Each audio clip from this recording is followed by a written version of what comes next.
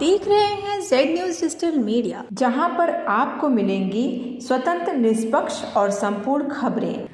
देश के लिए बुधवार का दिन एक काला दिन था। देश ने अपने पहले सीडीएस को खो दिया। देश के पहले chief of defence staff general Bipin Rawat अब हमारे बीच नहीं रहे। बता दें आपको कि देश के पहले chief of defence staff general Bipin Rawat और उनकी पत्नी मधलिका समेत 13 लोगों ने हेलीकॉप्टर हादसे में अपनी जान गंवा दी।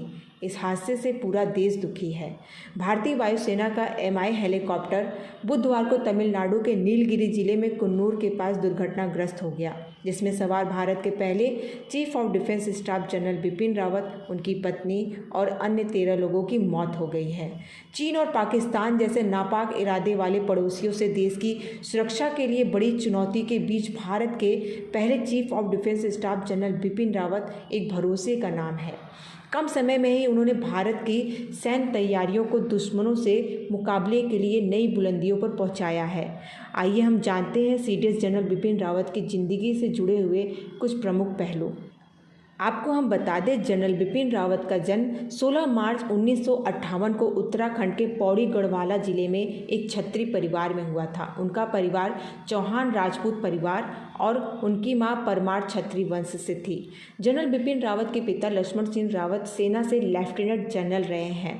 जनरल रावत ने 1978 में सेना की 11वीं गोरखा राइफल की 5वीं बटालियन से अपना करियर शुरू किया था।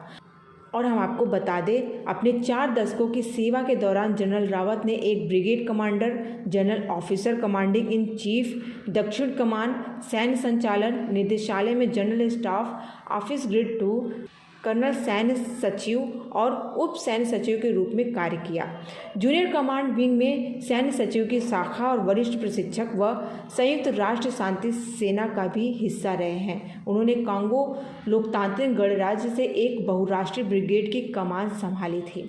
गोरखा ब्रिगेड से COAS बनने वाले चौथे अधिकारी बनने से पहले रावत थल सेना अध्यक्ष बने। उन्होंने पूर्वोत्तर में आतंकवाद को कम करने में महत्वपूर्ण भूमिका निभाई थी, जिसमें उनके करियर का एक मुख्य आकर्षक म्यांमार में 2015 का सीमा पार ऑपरेशन था, जिसमें भारतीय सेना ने NSCN के आतंकवादियों के द्वारा घात लगाकर सफलतापूर्वक जवाब दिया था। ये मिशन रावत की देखरेख में दीमापुर स्थित कोर के ऑपरेशन कमांड से चलाया गया था। जनरल रावत 2016 के सर्जिकल स्ट्राइक की योजना का भी हिस्सा थे, जिसमें भारतीय सेना नियंत्रण रेखा के पार पाकिस्तान के कब्जे वाले कश्मीर में चली गई थी। रावत नई दिल्ली में साउथ ब्लॉक से घटनाक्रम की निगरानी कर रहे थे। अपनी सेवा के दौरान जनरल रावत को परम विशिष्ट सेवा पदक, उत्तम युद्ध सेवा पदक, अति विशिष्ट सेवा पदक, विशिष्ट सेवा पदक और युद्ध सेवा पदक और सेना पदक से अलंकृत किया गया था। भले ही आज जनरल बिपिन रावत हमारे बीच नहीं रहे, लेकिन देश उन्हें और उनके द्वारा किए गए तमाम कार्यों को नहीं भूलेगा।